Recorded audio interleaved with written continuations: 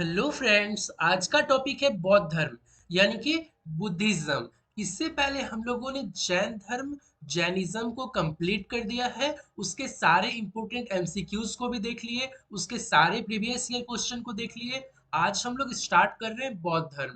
तो सभी को पता होगा कि बौद्ध धर्म का प्रारंभ किसने किया था? महात्मा बुद्ध ने किया था। बौद्ध धर्म का प्रारंभ किसने किया था? महात्मा बुद्ध ने किया था। तो आइए देखते हैं इसके इंपॉर्टेंट पॉइंट्स को। पहला पॉइंट है, बौद्ध धर्म के संस्थापक गौतम बुद्ध थे। बौद्ध धर्म के संस्थापक कौन थे? गौतम बुद्ध थे। इन्हें एशिया का ज्योति पुंज कहा जाता है, यानी कि लाइट ऑफ एशिया। तो लाइट ऑफ एशिया के नाम से किसे जाना जाता है? तो गौतम बुद्ध को जाना जाता है। लाइट ऑफ एशिया यानी कि एशिया का ज्योति पुंज किसे कहा जाता है? गौतम बुद्ध को। गौतम बुद्ध का जन्म 563 ईसा पूर्व में कपिलवस्तु के लुम्बिनी नामक स्थान पर हुआ था। तो गौतम बुद्ध का जन्म कब और कहाँ हुआ था? तो इसका जन्म 563 ईसा पूर्व यानी कि बीसी, बिफोर क्राइस्ट में कपिलवस्तु के लुम्बिनी नामक स्थान पर हुआ था। गौतम बुद्ध का जन्म लुम्बिनी में हुआ था और 563 ईस्वी में हुआ था। इनके पिता शुद्धोधन शाक्य गण के मुखिया थे। तो गौतम बुद्ध के पिता का नाम क्या था? शुद्धोधन। गौतम बुद्ध के पिता का क्या नाम था? शुद्धोधन नाम था। और इनकी माता का नाम माया देवी था। इनकी माता का नाम क्या था? इनकी माता का नाम माया देवी था। इनके पिता शुद्धोधन और इनकी माता माया देवी। इनकी माता माया देवी की मृत्यु इनके जन्म के 7वें दिन ही हो गई थी। यानी जब गौतम बुद्ध जन्म लिए थे उसके 7वें दिन ही माया देवी की मृत्यु हो गई थी। तो इनका लालन पालन किसने किया था? इसकी सौतेली माँ प्रजापति ने। इसका लालन पालन किसने किया था? प्रजापति ने किया था। इसका पूरा नाम प्रजापति गौतमी है। तो सबसे पहले हम लोग ये देखें कि बौद्ध धर्म का प्रारंभ किसने किया था? तो महात्मा बुद्ध ने किया था। बौद्ध धर्म के संस्थापक गौतम बुद्ध, इन्हें लाइट ऑफ एशिया अर्थात ज्योति पुंज कहा जाता है एशिया का। गौतम बुद्ध का जन्म 563 ईसा पूर्व में लुम्बिनी, कपिलवस्तु के लुम्बिनी नामक स्थान पर होता है। गौतम बुद्ध के पिता का नाम शुद्धोधन, जो कि साकीगण के मुखिया थे। इनकी माता माया देवी, जो कि गौतम बुद्ध को जन्म देने के 7 दिन बाद जो है उसकी मृत्यु हो गई थी। इसीलिए गौतम बुद्ध के लालन पालन किसने किया था? तो उनकी सौतेली माँ प्रजापति गौतमी ने किया था। ठीक है। यहाँ पे देखिए, बुद्ध के जीवन से संबंधित बौद्ध धर्म के प्रतीक दिए गए हैं। यानी बुद्ध के जीवन के कुछ घटनाएं हैं और उसके प्रतीक दिए गए हैं। जन्म यानी कि बुद्ध की जो जन्म हुए थे उसका सिंबल क्या है, उसका प्रतीक क्या है? कमल एवं सांड। जन्म का प्रतीक क्या है? कमल एवं सांड। गृह त्याग का प्रतीक क्या है? घोड़ा। ज्ञान का प्रतीक पीपल अर्थात बोधि वृक्ष। प्रथम उपदेश जो इन्होंने दिया था, गौतम बुद्ध जो ज्ञान प्राप्ति के पश्चात जो है प्रथम उपदेश दिए थे, उसके प्रतीक किसे माना गया है? चक्र को। निर्वाण की सिंबल क्या है? पद चिन्ह। मृत्यु की स्तूप। जन्म का साइन या सिंबल है कमल एवं सांड। गृह त्याग का घोड़ा। ज्ञान का पीपल अर्थात बोधि वृक्ष। प्रथम उपदेश जो दिए थे उसका प्रतीक चिन्ह चक्र है। निर्वाण का प्रतीक चिन्ह पद चिन्ह है और मृत्यु का प्रतीक चिन्ह स्तूप है। अब इससे आगे देखते हैं। देखिए, इनके बचपन का नाम सिद्धार्थ था। यानी कि महात्मा बुद्ध का बचपन का नाम क्या था? सिद्धार्थ था। गौतम बुद्ध का विवाह 16 वर्ष की अवस्था में यशोधरा के साथ हुआ था। गौतम बुद्ध की जो विवाह है किससे हुई थी? यशोधरा के साथ हुई थी। और गौतम बुद्ध के पुत्र का नाम राहुल था। गौतम बुद्ध के पुत्र का नाम क्या था? राहुल था। इनकी जो विवाह है 16 वर्ष की अवस्था में हो गई थी। सिद्धार्थ जब कपिल वस्तु की सैर पर निकले तो उन्होंने निम्न 4 दृश्यों को क्रमशः देखा। जब वो कपिल वस्तु की सैर पर निकले थे, उन्होंने रास्ते में क्या-क्या देखा, आइए जानते हैं। पहले उन्होंने बूढ़ा व्यक्ति को देखा, फिर उन्होंने एक बीमार व्यक्ति को देखा, फिर उन्होंने शव को देखा, फिर उन्होंने सन्यासी को देखा। उन्होंने निम्न क्या चीजें देखी? उन्होंने बूढ़ा व्यक्ति को देखा, एक बीमार व्यक्ति को देखा, शव को देखा और एक सन्यासी को देखा। सांसारिक समस्याओं से व्यथित होकर सिद्धार्थ ने 29 वर्ष की अवस्था में गृह त्याग किया। तो यहाँ से आपका क्वेश्चन बनता है कि सिद्धार्थ ने कितनी वर्ष की अवस्था में गृह त्याग किया था? तो 29 वर्ष की अवस्था में इन्होंने गृह त्याग किया था। और 16 वर्ष की अवस्था में इनकी शादी यशोधरा से हुई थी और इसका पुत्र राहुल था। ठीक है। गृह त्याग करने के बाद सिद्धार्थ जो कि बुद्ध ने वैशाली के अलार कलाम से सांख्य दर्शन की शिक्षा ग्रहण की। तो यहाँ पे आपका क्वेश्चन बनता है कि गृह त्याग करने के पश्चात जो है सिद्धार्थ यानी कि गौतम बुद्ध वैशाली के किस जगह पर सांख्य दर्शन की शिक्षा ग्रहण की थी? तो वैशाली के अलार कलाम। कहाँ पे? वैशाली की अलार कलाम से इन्होंने सांख्य दर्शन की शिक्षा ग्रहण की। अलार कलाम सिद्धार्थ के प्रथम गुरु हुए जिससे उन्होंने शून्य का ज्ञान प्राप्त किया। तो सिद्धार्थ यानी कि बुद्ध के प्रथम गुरु कौन हुए? कौन थे? तो वो थे अलार कलाम। ठीक है, वैशाली के अलार कलाम, जिससे उन्होंने शून्य का ज्ञान प्राप्त किया था। तो अभी तक हम लोगों ने क्या देखा कि बौद्ध धर्म का प्रारंभ किसने किया? महात्मा बुद्ध ने। महात्मा बुद्ध के बचपन का नाम क्या था? तो सिद्धार्थ था। इनका जन्म कब हुआ? 563 ईसा पूर्व के नेपाल के लुम्बिनी नाम की जगह में हुआ था। इनके पिता का नाम क्या था? तो इनके पिता का नाम शुद्धोधन था। इनकी माता का नाम क्या था? महामाया था, जो कि 7 दिन पश्चात ही वो गुजर गई थी। इनका पालन पोषण कौन किया था? तो इनकी सौतेली माँ गौतमी ने इनका पालन पोषण किया। इसका विवाह जो है 16 वर्ष की अवस्था में हो गया था। किसके साथ? यशोधरा के साथ। और इसका पुत्र का नाम क्या था? राहुल। तो इन चीजों को आप लोगों को याद रखना है। आइए आगे देखते हैं। देखिए, अलार कलाम के बाद सिद्धार्थ ने राजगीर के रुद्रकराम पुत्र से शिक्षा ग्रहण की। सबसे पहले बुद्ध ने किससे शिक्षा प्राप्त की? तो अलार कलाम से उन्होंने शिक्षा प्राप्त किया और उनसे ही उन्होंने शून्य की ज्ञान की प्राप्ति की। अलार कलाम के बाद जो है सिद्धार्थ ने राजगीर के रुद्रकराम पुत्र से शिक्षा ग्रहण किया था, जिससे उन्होंने योग का ज्ञान प्राप्त किया। तो रुद्रकराम पुत्र से सिद्धार्थ ने किस चीज की ज्ञान की प्राप्ति की? तो इससे उन्होंने योग का ज्ञान प्राप्त किया। पहले अलार कलाम से उन्होंने शिक्षा ली, उसके पश्चात उन्होंने रुद्र कराम पुत्र से योग का ज्ञान प्राप्त किया। उरुवेला में सिद्धार्थ को कौंडिन्य, वप्पा, भादिया, महानमा एवं अस्सागी नामक 5 साधक मिले थे। तो इन्हें उरुवेला में जो है 5 साधु मिले। तो वो कौन कौन से थे? कौंडिन्य थे, वप्पा थे, भादिया थे, महानामा एवं अस्सागी। ये 5 साधु उन्हें उरुवेला में मिले थे। किन्हें? तो सिद्धार्थ को। तो वो नाम फिर से देख लेते हैं। कौंडिन्य, वप्पा, भादिया, महानामा एवं अस्सागी। बिना अन्न जल ग्रहण किए 6 वर्ष की कठिन तपस्या के बाद 35 वर्ष की आयु में वैशाख की पूर्णिमा की रात निरंजना यानी कि फल्गु नदी के किनारे पीपल वृक्ष के नीचे सिद्धार्थ को ज्ञान की प्राप्ति हुई थी। उन्होंने गृह कब त्यागा था? तो 29 वर्ष के उम्र में उन्होंने गृह को त्यागा था। और उसके 6 साल पश्चात यानी कि 35 साल में उन्हें ज्ञान की प्राप्ति हुई थी। तो कहाँ पे हुई थी? निरंजना यानी फल्गु नदी के किनारे पीपल वृक्ष के नीचे इसे ज्ञान की प्राप्ति हुई। ज्ञान प्राप्ति के बाद सिद्धार्थ बुद्ध के नाम से जाने लगे। जब इन्हें ज्ञान का प्राप्ति हो गया, उससे पहले ये सिद्धार्थ इनका नाम था, और जब इसे ज्ञान का प्राप्ति हो गया तब से ये बुद्ध के नाम से जाने लगे। वह स्थान बोध गया कहलाया, और जहां पे इन्होंने ज्ञान की प्राप्ति की उस स्थान का नाम क्या हो गया? बोध गया हो गया। ठीक है, आगे देखते हैं। देखिए, बुद्ध ने अपना प्रथम उपदेश सारनाथ यानी कि ऋषि पत्तनम में दिया, जिसे बौद्ध ग्रंथों में धर्मचक्र प्रवर्तन कहा गया है। बौद्ध ने अपना प्रथम उपदेश कहाँ पे दिया था? सारनाथ में दिया था, जिसे बौद्ध ग्रंथ में धम्मचक्र प्रवर्तन कहा गया है। देखिए, बौद्ध जो थे, ज्ञान प्राप्ति के बाद जब उन्हें ज्ञान की प्राप्ति हो गई थी, तो ये अपना पहला उपदेश सारनाथ में दिए थे। कहाँ पे दिए थे? सारनाथ में। और ये जो अपना पहला उपदेश दिए थे, इसी को बौद्ध ग्रंथ में धर्म चक्र प्रवर्तन कहा गया है। इसी को बौद्ध ग्रंथ में क्या नाम दिया गया है? धर्म चक्र प्रवर्तन नाम दिया गया है। बौद्ध ने अपना प्रथम उपदेश सारनाथ में दिया था, सारनाथ में। और ये जो अपना पहला उपदेश दिए थे, इसी चीज को बौद्ध ग्रंथ में धर्म चक्र प्रवर्तन कहा गया है। बुद्ध ने अपने उपदेश जनसाधारण की भाषा पाली में दिए। तो बुद्ध जो अपना उपदेश दिए थे, किस भाषा में दिए थे? तो पाली भाषा में दिए थे।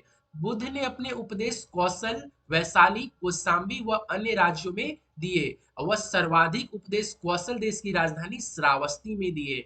तो बुद्ध जो है सर्वाधिक उपदेश कहाँ पे दिए थे? तो कौशल देश की राजधानी श्रावस्ती में दिए थे। ये सबसे ज्यादा उपदेश कहाँ दिए थे? तो कौशल देश की राजधानी श्रावस्ती में दिए थे। इनके प्रमुख अनुयायी शासक के बारे में देखते हैं। बिंबिसार, बिंबिसार किस धर्म के अनुयायी थे? तो ये बौद्ध धर्म के अनुयायी थे। प्रसेनजित भी बौद्ध धर्म के अनुयायी थे। उदयन, राजा उदयन जो थे, जो कि पाटलिपुत्रा को सबसे पहले अपना राजधानी बनाए थे, वो थे उदयन। बुद्ध की मृत्यु 80 वर्ष की अवस्था में 483 ईसा पूर्व में कुशीनगर यानी कि देवरिया यूपी में चुंद द्वारा अर्पित भोजन करने के बाद हो गई। यानी कि इन्हें जो है भोजन में कुछ मिला दिया गया था, जिनके कारण इनकी मृत्यु जो है 80 वर्ष की अवस्था में 483 ईसा पूर्व में कुशीनगर में हुई थी। देखिए इसका जन्म कब हुआ था, अभी हम लोग देखें 563 ईसा पूर्व में इनका जन्म हुआ था।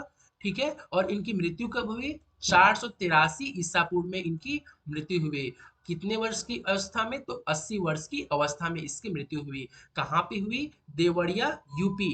कुशीनगर आपको याद रखना है, कुशीनगर में इसकी मृत्यु हुई थी। और इसका जन्म कहाँ पे हुआ था? तो नेपाल के लुम्बिनी कपिल वस्तु में इसका जन्म हुआ था। देखिए इनकी जो मृत्यु हुई उसको क्या कहा गया है? महापरिनिर्वाण कहा गया है। बौद्ध जो पहले उपदेश दिए थे, तो उपदेश को धर्म चक्र प्रवर्तन कहा गया है। और इनकी मृत्यु जो हुई थी, इसे बौद्ध ग्रंथ में महापरिनिर्वाण कहा गया है। ठीक है, इनकी मृत्यु कब हुई थी? तो 483 ईसा पूर्व में हुई थी, अर्थात 80 वर्ष की उम्र में हुई थी। मल्लों ने अत्यंत सम्मान पूर्वक बुद्ध का अंत्येष्टि संस्कार किया। तो बुद्ध का अंत्येष्टि संस्कार किसने किया? तो मल्लों ने किया। ये आप लोगों को याद रखना है, बुद्ध का अंत्येष्टि संस्कार किसने किया? तो मल्लों ने किया था। ठीक है, एक अनुश्रुति के अनुसार मृत्यु के बाद बुद्ध के शरीर के अवशेषों को 8 भागों में बांटकर उन पर 8 स्तूपों का निर्माण कराया गया। यानी इसमें एक अनुश्रुति के अनुसार यह बताया गया था कि मृत्यु के पश्चात जो है बुद्ध के शरीर के अवशेषों को 8 भागों में बांटकर उन पर 8 स्तूपों का निर्माण कराया गया। बुद्ध के जन्म एवं मृत्यु की तिथि को चीनी परंपरा की कैंटोन अभिलेख के आधार पर निश्चित किया गया है। बुद्ध के जन्म एवं मृत्यु की तिथि को चीनी परंपरा के कैंटोन अभिलेख के आधार पर निश्चित किया गया है। कौन सा अभिलेख? कैंटोन अभिलेख के आधार पर जो है बुद्ध के जन्म एवं मृत्यु की तिथि को बताया गया है। तो तिथि कौन कौन से थे? हम लोगों ने देखा कि इसका जन्म हुआ था 563 ईसा पूर्व में, और इसकी मृत्यु 483 ईसा पूर्व में हुई थी। ठीक है, आगे देखते हैं। बौद्ध धर्म के बारे में हमें विशद ज्ञान त्रिपिटक यानी कि विनय पिटक, सूत्र पिटक और अभिधम्म पिटक से प्राप्त होता है। तीनों पिटकों की भाषा पाली है। उन्होंने जो प्रथम उपदेश दिया था वो भी पाली भाषा में दिया था, और तीनों पिटकों की भाषा भी क्या है? पाली है। थेरवाद मत की पाली त्रिपिटक सबसे पुराना है। तो कौन सी पाली त्रिपिटक सबसे पुराना है? थेरवाद मत की पाली त्रिपिटक सबसे पुराना है। देखिए सूत्र पिटक में बुद्ध के धार्मिक सिद्धांतों को संवाद के रूप में संकलित किया गया है। विनय पिटक में संघ के भिक्षु एवं भिक्षुणी के लिए बनाए गए नियमों का संग्रह किया गया है, और इसमें संघ के अनुशासन के तोड़ने पर किए जाने वाले प्रायश्चितों की सूची भी दी गई है।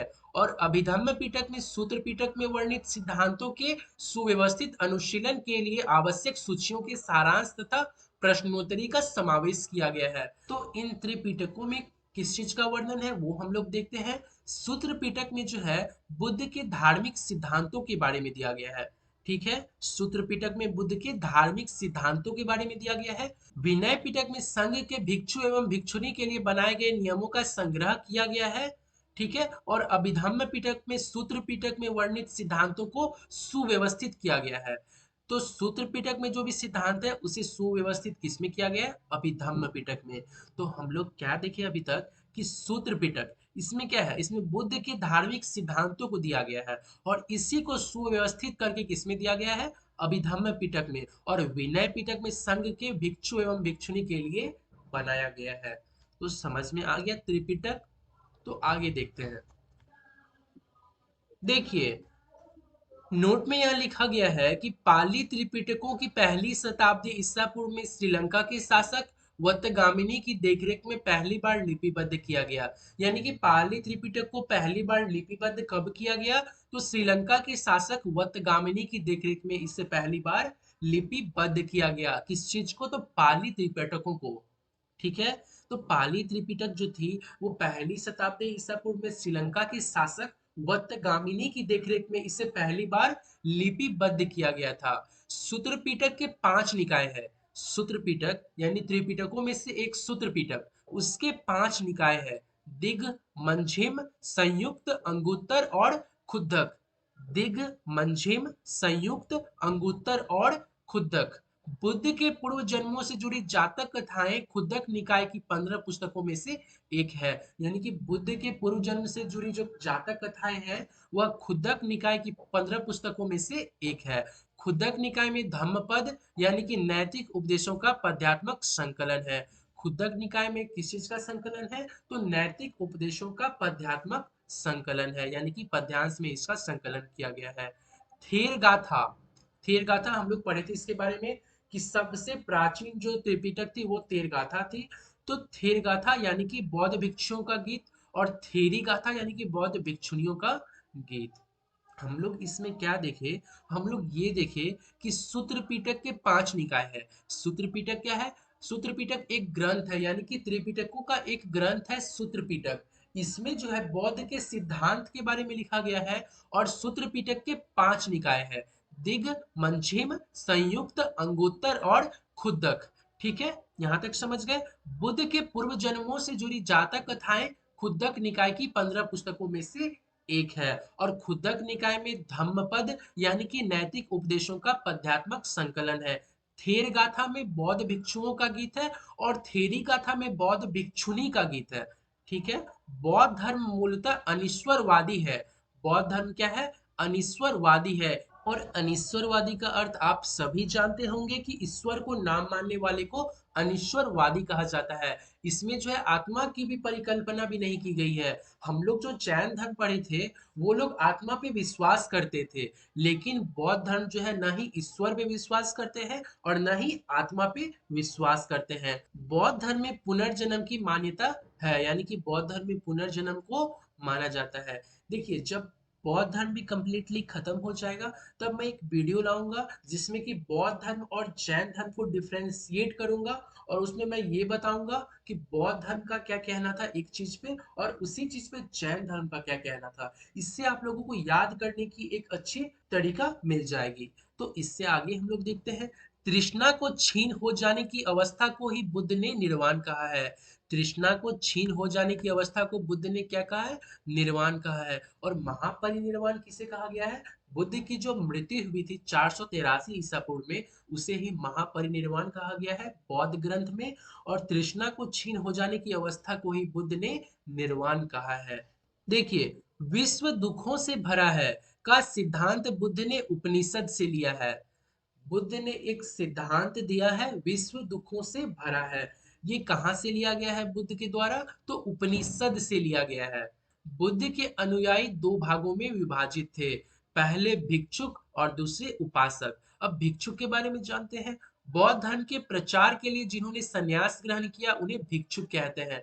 तो बुद्ध के जो अनुयायी थे यानी कि जो फॉलोवर थे बुद्ध के, वो दो भागों में बेसिकली विभाजित है। पहले है भिक्षुक। भिक्षुक किसे कहा जाता है? तो बौद्ध धर्म के प्रचार प्रसार के लिए जिन्होंने संन्यास ग्रहण किया था उसे भिक्षुक कहा जाता है।